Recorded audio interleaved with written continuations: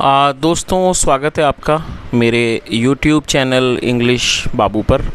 और आज मैं फिर हाजिर हूँ आपके साथ एक नई स्टोरी लेकर। और दोस्तों, आज जो स्टोरी मैं आपके लिए लेकर आया हूँ ये एक मॉरल स्टोरी है। बहुत ही प्यारी, मज़ेदार, अच्छी कहानी है।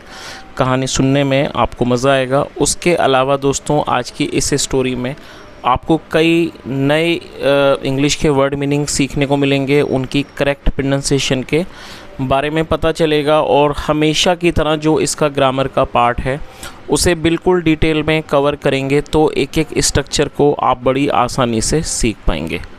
तो चलिए दोस्तों, आज की इस कहानी को हम शुरू करते हैं। और सबसे पहले कहानी का टाइटल देखते हैं।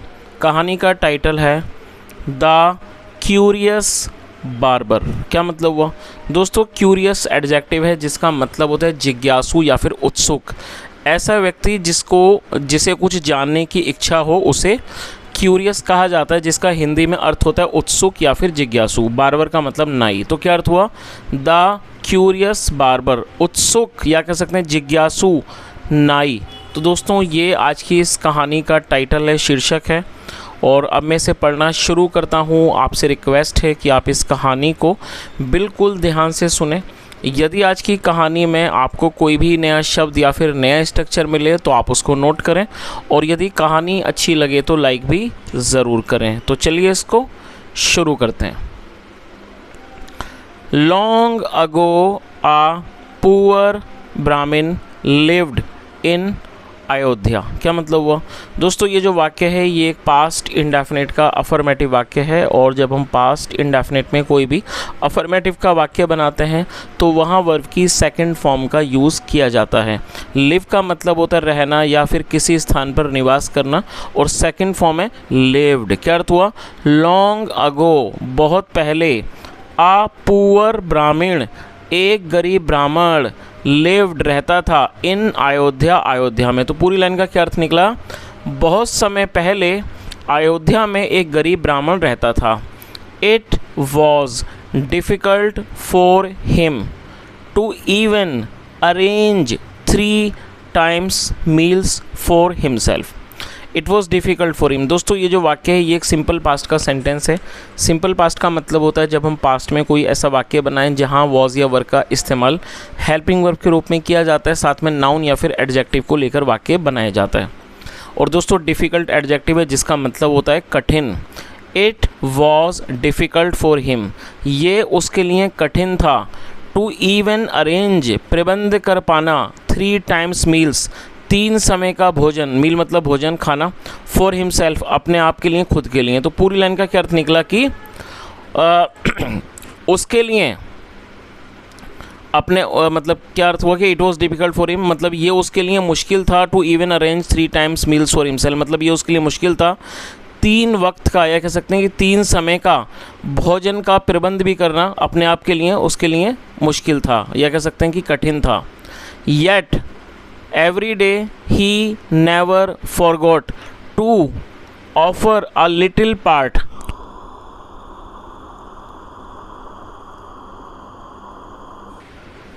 दोस्तों, ऑफ़र एक वर्ब है। ऑफ़र का मतलब होता है किसी को कुछ देना, पेश करना, या फिर अर्पित करना, भोग लगाना, या फिर प्रसाद चढ़ाना। इसके कई सारे मतलब हैं।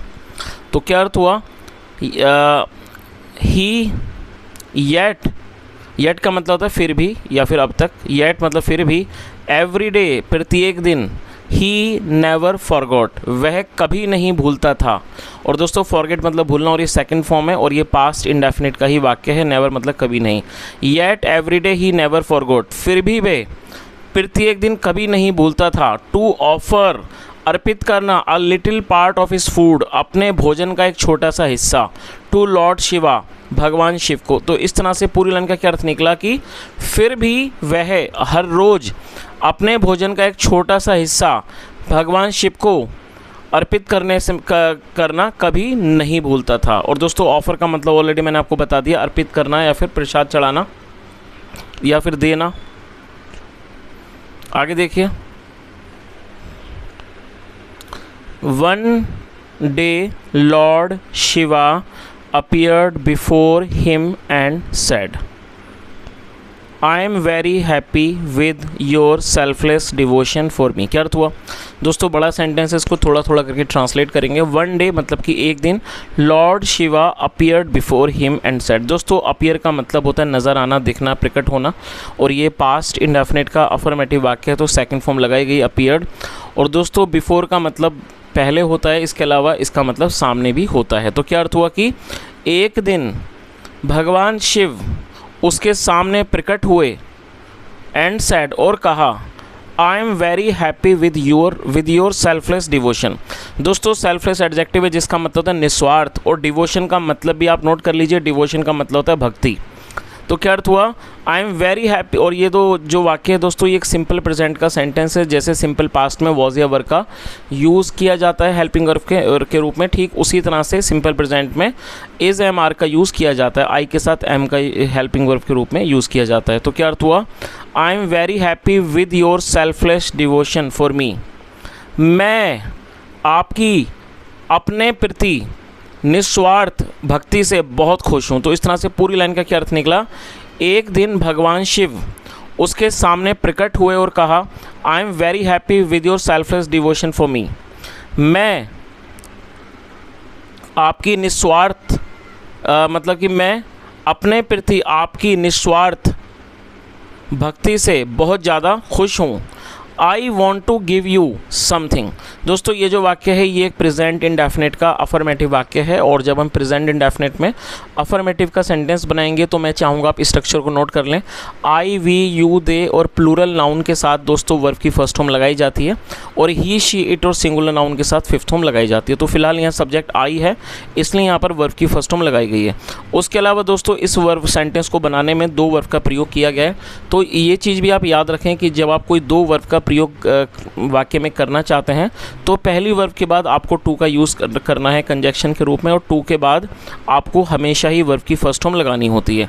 तो यहाँ पर आप देख सकते हैं कि दो वर्ब का प्रयोग किया गया है। पहली वर्ब है वांट मतलब चाहना, और गिव मतलब देना।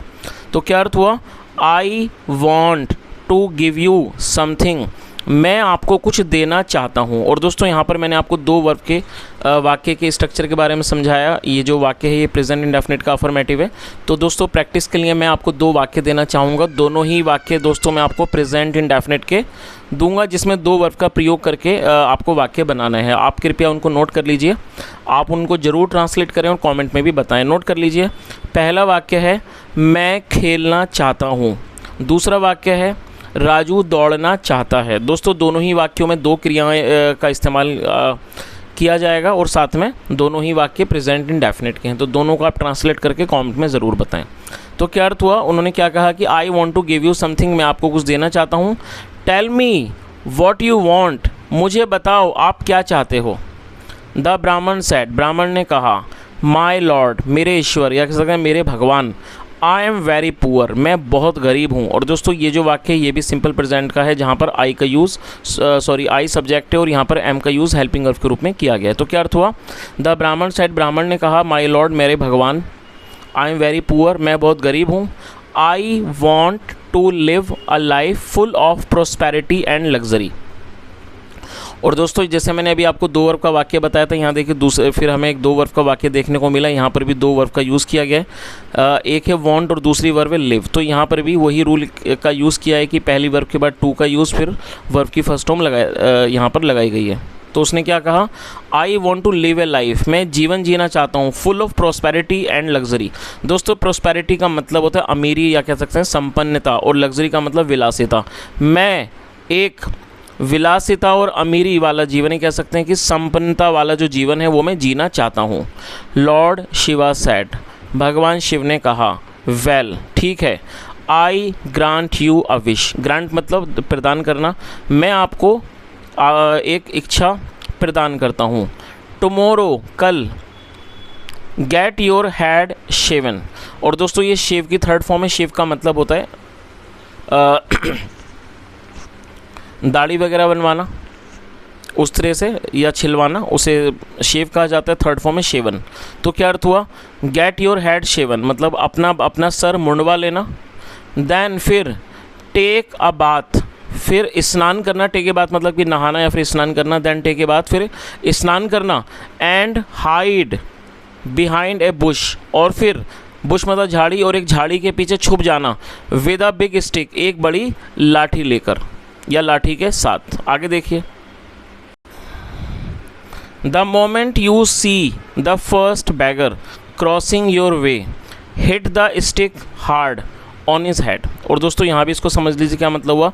The moment you see a first beggar, beggar मतलब भिखारी, और जैसे ही, मोमेंट मतलब क्षण या फिर लम्हा, इसको ये नाउन है। The moment you see the first, और जैसे ही, जिस क्षण, you see a first beggar, आप पहले भिखारी को देखो, क्रॉसिंग योर वे, जो आपका रास्ता क्रॉस कर रहा है, मतलब जो आपके सामने से जा रहा है, क्रॉसिंग योर वे, जो आपके रास्ता क्रॉस कर रहा है। हिट द स्टिक हार्ड, ज़ोर से लाठी मारना, ऑन हिज हेड, उसके सर पर। तो इस तरह से पूरी लाइन का क्या अर्थ निकला, उन्होंने क्या कहा कि जैसे ही आप किसी पहले भिखारी को अपना मतलब जो रास्ता है उसको क्रॉस करते हुए देखो, hit the stick hard on his head, उसके सर पर ज़ोर से लाठी मारना। He will turn into solid gold, और दोस्तों टर्न का मतलब है बदल जाना, और ये जो वाक्य है ये फ्यूचर इंडेफिनिट का वाक्य है, जहाँ विल का प्रयोग हेल्पिंग वर्ब के रूप में किया गया है, और साथ में दोस्तों फर्स्ट फॉर्म भी लगाई जाती है। He will turn into solid gold का मतलब है कि वह एक, सॉलिड का मतलब होता है ठोस, तो क्या अर्थ हुआ, he will turn into solid gold, वह ठोस सोने में बदल जाएगा। You can sell that gold, आप उस सोने को बेच सकते हो। For a comfortable and luxurious life, एक आरामदायक और एक विलासितापूर्ण जीवन के लिए आप उस सोने को बेच सकते हो। सेइंग सो, ऐसा कहते हुए, लॉर्ड शिवा डिसअपियर, डिसअपियर मतलब गायब हो जाना, और ये सेकंड फॉर्म है। ऐसा कहते हुए भगवान शिव डिसअपियर हो गए, गायब हो गए। द नेक्स्ट मॉर्निंग, अगली सुबह, द ब्राह्मण वोकअप अर्ली, दोस्तों वेकअप का मतलब होता है जागना, नींद से जागना, सेकंड फॉर्म में वोकअप, और मैं चाहूँगा आप इसे नोट कर लें, पास्ट इंडेफिनिट का ही वाक्य है, इसलिए सेकंड फॉर्म लगाई गई है। द नेक्स्ट मॉर्निंग, अगली सुबह, द ब्राह्मण वोकअप अर्ली, अर्ली मतलब सुबह सुबह, अगले दिन, अगली सुबह, ब्राह्मण सुबह सुबह जाग गया, and went to a barber, और एक नाई के पास गया, टू शेव हिज हेड, अपना सर मुंडवाने। आगे देखिए, the barber shaved his head, barber ने उसके सर को शेव कर दिया, मतलब जो उसका सर था वो छील दिया, बाल उसको गंजा कर दिया। But he was curious to know the reason, और दोस्तों क्यूरियस भी एडजेक्टिव है जिसका मतलब होता है उत्सुक होना, जिज्ञासु होना। But he was curious to know the reason, लेकिन वह वजह जानने के लिए उत्सुक था। तो दोस्तों इस चीज़ का मतलब आपको समझ आ गया होगा यहाँ पर किसके बारे में बात हो रही कि जो बार्बर था, नाई था, शेव्ड हिज हेड, उसने उसका जो सर था वो छील दिया, मतलब उसको गंजा कर दिया।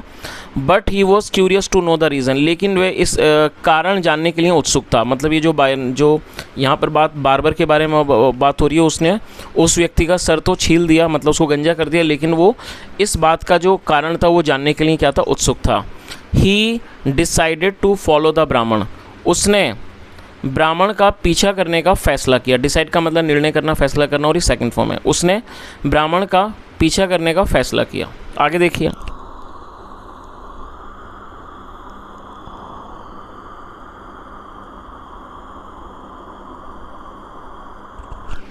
After getting his head shaved the ब्राह्मण टुक अ dip in the river.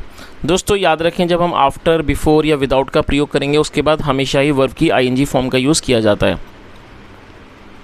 After getting his head shaved का मतलब हुआ कि अपना सर मुंडवाने के बाद, द ब्राह्मण टुक अ डिप इन द रिवर, और ये टेक की सेकंड फॉर्म है, टेक मतलब लेना, और ये सेकंड फॉर्म द ब्राह्मण टुक अ डिप इन द रिवर, ब्राह्मण ने नदी में डुबकी ली। तो पूरी लाइन का क्या अर्थ निकला कि अपना सर मुंडवाने के बाद ब्राह्मण ने नदी में डुबकी ली। देन फिर आफ्टर वर्शिपिंग लॉर्ड शिवा, दोस्तों वर्शिप मतलब पूजा करना, और ये फोर्थ फॉर्म है, और जैसा मैंने आपको बताया आफ्टर, बिफोर और विदाउट के बाद हमेशा ही वर्ब की आईएनजी फॉर्म का यूज़ किया जाता है, तो यहाँ पर भी आफ्टर के बाद फोर्थ फॉर्म का यूज़ किया गया है। देन फिर आफ्टर वर्शिपिंग लॉर्ड शिवा, फिर भगवान शिव की पूजा करने के बाद, ही वॉक्ड टूवर्ड्स हिज होम, वह अपने घर की तरफ चला गया। The barber was following him, और दोस्तों ये जो वाक्य है ये पास्ट कॉन्टिन्यूस है। पास्ट कॉन्टिन्यूस मतलब ऐसे सेंटेंस जहाँ पर रहा था रही आता है। ऐसे वाक्यों में दोस्तों वॉज या वर्ब का इस्तेमाल हेल्पिंग वर्ब के रूप में किया जाता है, साथ में वर्ब की फोर्थ फॉर्म लगाई जाती है। वर्ब की फोर्थ फॉर्म मतलब आईएनजी फॉर्म। क्या अर्थ हुआ? The barber was following him, नाई उसका पीछा कर रहा था। He was amazed when the Brahman came out of his hut with a big stick and hid behind a nearby bush। क्या अर्थ हुआ?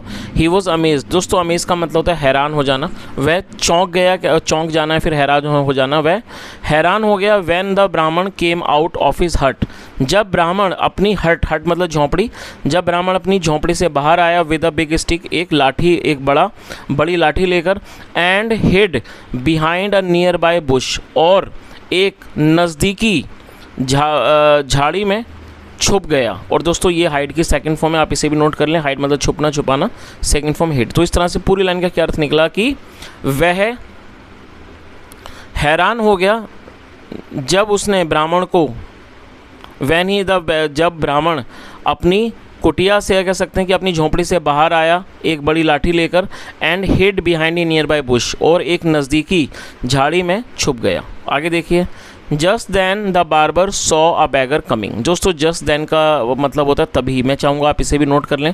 इस तरह के दोस्तों शब्द जो हैं वो कॉन्वर्सेशन में काफ़ी ज़्यादा यूज़ होते हैं, तो आप इसे भी नोट कर लीजिए। और ये भी पास्ट का वाक्य है जहाँ पे सेकंड फॉर्म लगाई गई है, सी मतलब देखना, second form saw. Just then the barber saw a beggar coming, तभी नाई ने एक भिखारी को आते हुए देखा। As the beggar came near the bush, जैसे ही भिखारी झाड़ी के नज़दीक आया, बिहाइंड विच, जिसके पीछे, द ब्राह्मण वॉज हाइडिंग, ब्राह्मण छुपा हुआ था। द ब्राह्मण हिट द बैगर्स हेड, ब्राह्मण ने बैगर के सर पर हिट किया, मतलब हिट करना मतलब मारना। द ब्राह्मण hit the beggars head hard with a stick. तो क्या अर्थ हुआ कि जैसे ही भिखारी केम नियर द बुश, झाड़ी के पास आया, बिहाइंड विच, जिसके पीछे, द ब्राह्मण वॉज हाइडिंग, जिसके पीछे ब्राह्मण छुपा हुआ था। द ब्राह्मण hit the beggars head hard with the stick, ब्राह्मण ने बैगर के मतलब भिखारी के सर पर लाठी से बहुत ज़ोर से मारा। As per the boon of Lord Shiva. और दोस्तों आप इसे नोट कर रहे हैं, BOON, बून एक नाउन है जिसका मतलब होता है वरदान। वरदान को क्या कहते हैं? बून। एक नया वर्ड है, आप नोट कर लें। दोस्तों एक और चीज़ बताएं कि यदि आपने ये जो वर्ड है पहली बार आपने हिंदी में ज़रूर सुना होगा, लेकिन शायद आपको इसकी इंग्लिश नहीं पता हो, तो जिस व्यक्ति को ये वर्ड पहली बार आज इसकी मीनिंग पता चली हो तो आप कमेंट में ज़रूर बताएं। तो क्या अर्थ हुआ? As per the boon of Lord Shiva, भगवान शिव के वरदान के अनुसार, the beggar turn into a statue of gold, solid gold, भिखारी जो था वो एक ठोस सोने के स्टैचू में बदल गया। और दोस्तों जैसा हमने यहाँ पर कहानी में शुरू में सुना था कि जो भगवान शिव थे उन्होंने इस ब्राह्मण को आशीर्वाद दिया था, एक वरदान दिया था कि आप जिस भिखारी के सर पर मारोगे तो वो क्या है, सोने में बदल जाएगा। तो ऐसा उन्होंने वरदान दिया था। और यहीं पर ये बात बताई जा रही थी कि भगवान शिव के वरदान के अनुसार जो बैगर था, जो भिखारी था, turn into a statue of solid gold, वो एक ठोस सोने के स्टैचू में मतलब कि मूर्ति में बदल गया। द ब्राह्मण dragged the statue into his हट, ड्रैग मतलब घसीटना, सेकंड फ्रॉम ड्रैग्ड। ब्राह्मण उस स्टैचू को घसीट कर अपनी झोंपड़ी में ले गया। चलिए आगे देखिए। The barber who was watching all this without winking his eyes was astonished to see the turning of beggar into the statue of solid gold. दोस्तों बड़ा सेंटेंस है, एक एक करके इसको ट्रांसलेट करते हैं। द बार्बर नाई who was watching all this without winking is nice. दोस्तों यहाँ पर हु का यूज़ किया गया है, और ये जो हु है ये एक रिलेटिव प्रोनाउन है। जब हम किसी का रेफरेंस देते हैं तो रेफरेंस देने के लिए इसका इस्तेमाल किया जाता है। और ये जो वाक्य है ये भी एक पास्ट कॉन्टिन्यूस है जहाँ पर वॉज या वर्ब के साथ ING फॉर्म का यूज़ किया जाता है। वॉच का मतलब दोस्तों होता है किसी चीज़ को ध्यान से देखना। वैसे देखने के लिए हम सी लगाते हैं, तो आप इन दोनों में फ़र्क समझ लीजिए। जब हम कोई चीज़ ऐसी चीज़ बता रहे हैं कि जहाँ पर हम ये बताना चाहते हैं कि ध्यान से देखना, मतलब जब हम किसी चीज़ को ध्यान से देखते हैं तो वहाँ पर दोस्तों सी का प्रयोग हम नहीं करेंगे। ध्यान से देखने के लिए वॉच का प्रयोग किया जाता है। इसलिए आपने सेंटेंस सुने होंगे, जैसे मूवीज़ वगैरह देखने के लिए हम वॉच लगाते हैं। क्यों? क्योंकि हम जो मूवीज़ वगैरह टीवी हैं उसको हम बड़े ध्यान से देखते हैं। तो क्या अर्थ हुआ?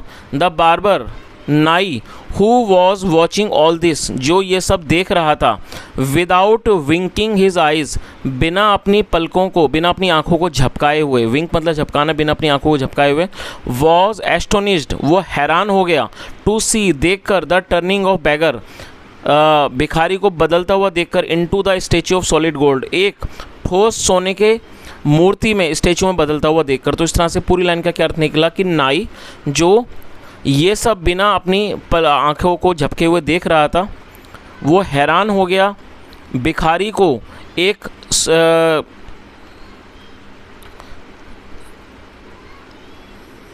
सॉलिड गोल्ड की मतलब मूर्ति में बदलते हुए देखकर वो उसको हैरान हो गया। दिस ब्राह्मण has a nice way of turning a man into gold. क्या अर्थ हुआ कि दिस ब्राह्मण हैज़ ए नाइस वे, इस ब्राह्मण के पास अच्छा तरीका है, of turning a man into a gold, एक आदमी को सोने में बदलने का इस ब्राह्मण के पास अच्छा तरीका है। I will also follow his method, मैं भी इसका जो मेथड है, मेथड का मतलब होता है कोई तरीका, मैं भी इसका जो मेथड है वो फॉलो करूँगा। फॉलो का मतलब होता है किसी चीज़ का अनुसरण करना। I will also follow his method मतलब मैं भी इसके मेथड को या कह सकते हैं तरीके को फॉलो करूँगा, उसका अनुसरण करूँगा। थिंकिंग सो, ऐसा सोचते हुए, ही शेव्ड हिज हेड, उसने अपने सर को छील दिया। टुक अ बाथ, उसने स्नान किया। प्रेड टू लॉर्ड शिवा, भगवान शिव की प्रार्थना की। एंड हिड, छुप गया। बिहाइंड ए बुश, एक झाड़ी के पीछे। होल्डिंग अ बिग स्टिक, एक बड़ी लाठी को लेकर वो एक झाड़ी के पीछे छुप गया। चलिए आगे देखिए। Soon a beggar happen to see pass by that bush. दोस्तों पास बाय का मतलब होता है कहीं से होकर गुजरना। जल्दी ही एक भिखारी का वहाँ से होकर गुजरना, उस झाड़ी के पास से होकर गुजरना हुआ। The barber instantly hit on the beggars head with the stick. नाई ने, इंस्टेंटली मतलब तुरंत, नाई ने तुरंत भिखारी के सिर पर लाठी से मारा। हिट द बैगर्स हेड, क्या अर्थ हुआ कि the barber instantly hit on the beggars head with the stick. नाई ने तुरंत भिखारी के सर पर लाठी से मारा। The bagger fail upon the ground crying. दोस्तों फॉल मतलब गिरना और ये सेकंड फॉर्म में fail. The bagger fail upon the ground, भिखारी ज़मीन पर गिर पड़ा। क्राइंग, चिल्लाता हुआ। एंड ब्लड टू डेथ, और खून बहने से उसकी मृत्यु हो गई। और दोस्तों आप इसे ज़रूर नोट कर लें, ये ब्लीड टू डेथ की सेकंड फॉर्म है। ब्लीड टू डेथ का मतलब होता है ज़्यादा खून बहने से किसी की मृत्यु होना, और ये सेकंड फॉर्म है। तो इस तरह से पूरी लाइन का क्या अर्थ हुआ? The bagger fail upon the ground, भिखारी ज़मीन पर गिर पड़ा। क्राइंग, चिल्लाता हुआ। एंड ब्लड टू डेथ, और खून बहने से उसकी मृत्यु हो गई। Many people rush to the place, rush मतलब दौड़ के जाना, सेकंड फॉर्म रश। कई लोग दौड़कर उस जगह घटना स्थल पर गए, मतलब उस प्लेस पर, जगह पर गए। एंड कैप्चर्ड द बार्बर, और नाई को पकड़ लिया। कैप्चर मतलब पकड़ लेना, और ये सेकंड फॉर्म है। They took him to the royal court. दोस्तों दे का मतलब होता है वे या फिर वे लोग। जब सब्जेक्ट में एक से अधिक लोग शामिल होते हैं तो दे का यूज़ किया जाता है, जो कि एक प्लूरल नाउन है। और ये जो वाक्य है ये पास्ट इंडेफिनिट का ही अफर्मेटिव वाक्य है। टेक मतलब ले जाना, और ये second form. Took, they took him to the royal court, वे उसे एक शाही दरबार में ले गए, मतलब कोर्ट मतलब दरबार, वे उसे शाही दरबार में ले गए, या कह सकते हैं राज दरबार में ले गए। द किंग ऑर्डर्ड, राजा ने आदेश दिया। टू हैंग हिम, उसको लटकाने का। एज द पनिशमेंट, सज़ा के तौर पर। फॉर किलिंग अ पर्सन, एक आदमी की हत्या के लिए। The barber tried his best to prove his innocence by narrating the story of the poor Brahmin, but no one believed his story. क्या अर्थ हुआ? The barber tried his best, try मतलब कोशिश करना, और ये सेकंड फॉर्म है। बार्बर ने अपनी पूरी कोशिश की। टू प्रूव, साबित करने की। हिज इनोसेंस, इनोसेंस नाउन है जिसका मतलब होता है निर्दोषिता। नाई ने अपनी निर्दोषिता साबित करने की पूरी कोशिश की। बाय नरेटिंग द स्टोरी, कहानी सुनाकर। ऑफ द पुअर ब्राह्मण, गरीब ब्राह्मण की कहानी सुनाकर। But no one believed his story, लेकिन किसी ने भी उसकी कहानी पर विश्वास नहीं किया। फाइनली, अंत में, he was hanged to death, आखिर में उसको फांसी पर चढ़ा दिया गया। हैंस, इस प्रकार से। हिज ग्रीड, दोस्तों ग्रीड नाउन है, इसका मतलब था लालच, इस प्रकार से उसका लालच एंड लिटिल नॉलेज, और जो उसका जो कम ज्ञान था, became the cause of his death, वो उसकी मृत्यु का कारण बने। तो इस तरह से पूरी लाइन का क्या अर्थ हुआ, इस प्रकार से उसका लालच और कम ज्ञान उसकी मृत्यु का कारण बने। चलिए, तो दोस्तों कहानी जो है वो इसी मॉरल के साथ ख़त्म होती है। मैं समझता हूँ कहानी का मॉरल आपको समझ आ ही गया होगा कि वैसे तो दोस्तों ये एक स्टोरी है, लेकिन दोस्तों इस स्टोरी के माध्यम से भी यहाँ पर ये बताने की कोशिश की गई है कि जो कम नॉलेज होना है या फिर जो लालच है, क्योंकि यहाँ पर ये जो नाई था उसको सिर्फ कम नॉलेज की वजह से ऐसा नहीं हुआ, उसके मन में एक लालच भी था जब उसने देखा कि कैसे एक व्यक्ति मात्र किसी के लाठी मारकर उसको सोने में बदल दे रहा है। तो एक तो उसका लालच था, प्लस दूसरा जो उसका जो नॉलेज था वो कम था, तो और जिसकी वजह से उस मतलब इसको इतनी बड़ी समस्या में पढ़ना पड़ा। तो दोस्तों कहानी के माध्यम से हमें यही सीखने को मिलता है, और उस कहानी का मोरल यही है कि व्यक्ति का जो लालच है साथ में जो उसका अल्प ज्ञान है, मतलब कि जो कम ज्ञान है, वो हमेशा ही नुकसानदायक साबित होते हैं। तो दोस्तों ये आज की छोटी सी कहानी थी। यदि आपको अच्छी लगी हो, मेरा पढ़ाने का प्रयास भी अच्छा लगा हो, तो आपसे रिक्वेस्ट है आप इस वीडियो को लाइक करें, शेयर करें, चैनल को ज़रूर सब्सक्राइब करें। यदि कुछ सुझाव हो तो कॉमेंट में ज़रूर बताएं। यहाँ तक सुनने के लिए thank you so much. Have a nice day and bye.